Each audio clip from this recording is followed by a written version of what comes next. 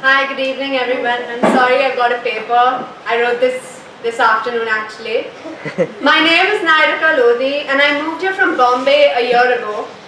And what I've noticed is that many people do detest the chaos, the noise, the frantic energy that comes hand in hand with it. But I've lived in Bombay for 10 years and I fell in love there. Not with the person, not with the people.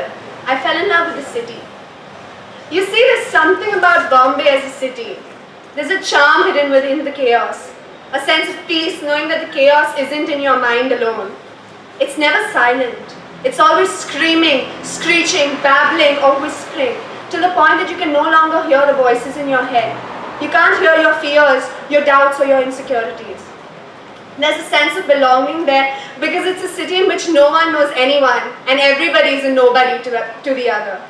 It's a throng of moving, undying energy. People don't have time to stop, to get to know you, or to begin to like or dislike you because there simply isn't time. It's too insistent, the energy.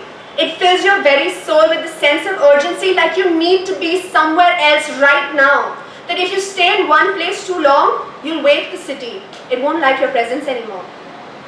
It's not just a place, a group of buildings, a pothole-ridden infrastructure or noise. It's a living, breathing being that pulsates with this energy like a heavy, warm heartbeat. Lagta, lagta. It's a palette of inspiration, a realm of possibilities.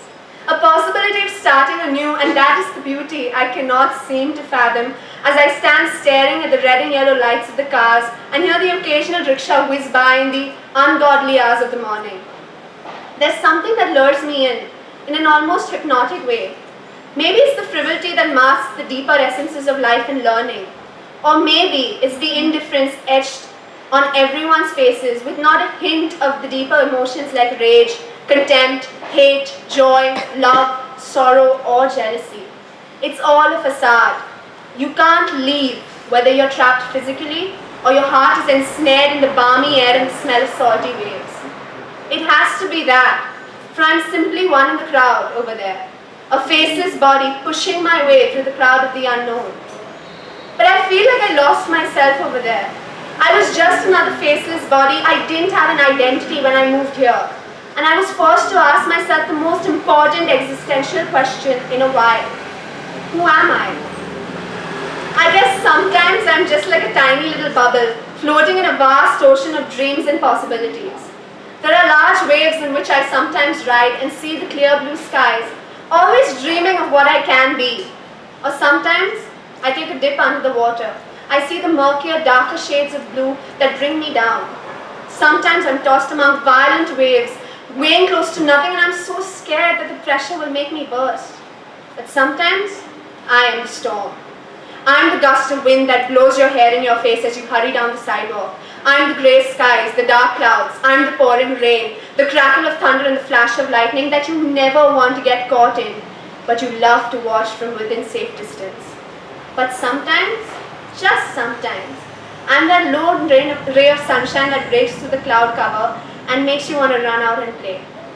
So in all, I'm either just a cynical introvert who wants nothing more than to be unknown to a majority of people and give myself an opportunity to be anyone I want to, or I'm just a goofy daydreamer who likes to spin wildly miniature tales around myself. Thank you. Thank you, Nairika. Our last